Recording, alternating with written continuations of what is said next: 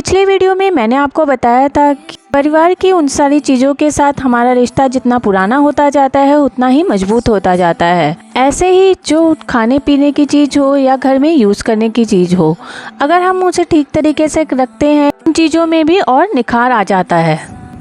ऐसी एक बहुत पुरानी चीज़ के डिश लेके आपके साथ मैं आई हूँ जो हम बचपन से खाते आए हैं। आप लोगों में से कोई मुझे बता सकता है कि वो ऐसी क्या चीज़ है जो हम काफ़ी सालों से यूज़ कर रहे हैं अपने खाने में? चलिए मैं ही बता देती हूँ आपको। वो चीज़ है ब्रेड। ब्रेड ऐसी चीज़ है जो हमेशा हैंडी होती है।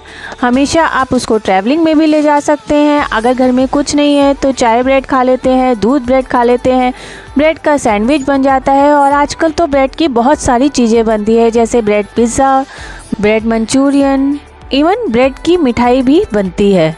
तो चलिए आज उसी ब्रेड से हम भी एक डिश बनाते हैं। उससे पहले कि मैं डिश की शुरुआत करूं, आप लोग मेरे चैनल को कर दीजिए सब्सक्राइब जिन्होंने अभी तक नहीं किया है, और अगर वीडियो पसंद आए तो लाइक ज़रूर करिएगा। चलिए मेरा काम तो हो गया है ख़त्म, और अब चलते हैं हम लोग किचन में। आज मैं आपके साथ शेयर करने जा रही हूँ ब्रेड पोहा की रेसिपी। ब्रेड पोहा मैं बनाऊंगी ब्राउन ब्रेड से, आप चाहें तो वाइट ब्रेड से बना सकते हैं। कई लोग ब्रेड को काट के ब्रेड पोहा बनाते हैं, लेकिन मैंने इस तरीके से ब्रेड को पीस कर बनाया है। इसके लिए जो भी आपको सब्जियां पोहे में डालनी है, जैसे टमाटर, प्याज या शिमला मिर्च, मटर, वो सब आप ले लीजिए और इस तरीके से छोटा छोटा काट लीजिए। ध्यान रखिएगा ब्रेड पोहा अगर आप बना रहे हैं तो उसको गरम गरम ही सर्व करिए।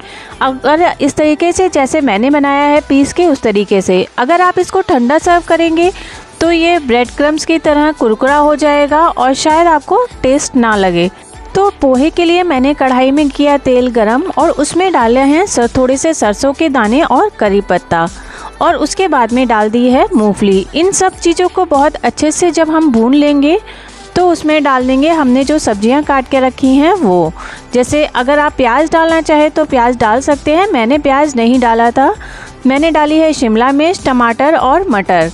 जब शिमला मिर्च हमारी थोड़ी पक गई तो मैंने उसमें टमाटर और मटर भी डाल दिया, और डाल दिया इसमें थोड़ा सा नमक, क्योंकि नमक डालने से ही हमारी जो सब्जियां हैं वो पक पाएंगी।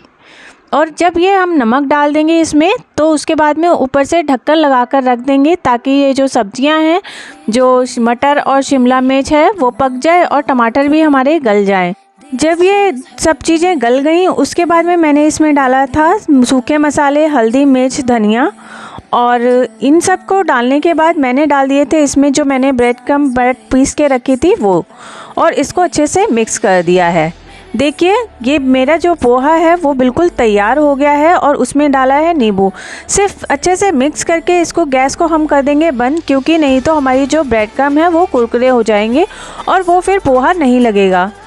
लीजिए मेरा तो ये पोहा बिल्कुल तैयार हो गया है और ये 5 मिनट में बिल्कुल रेडी हो गया।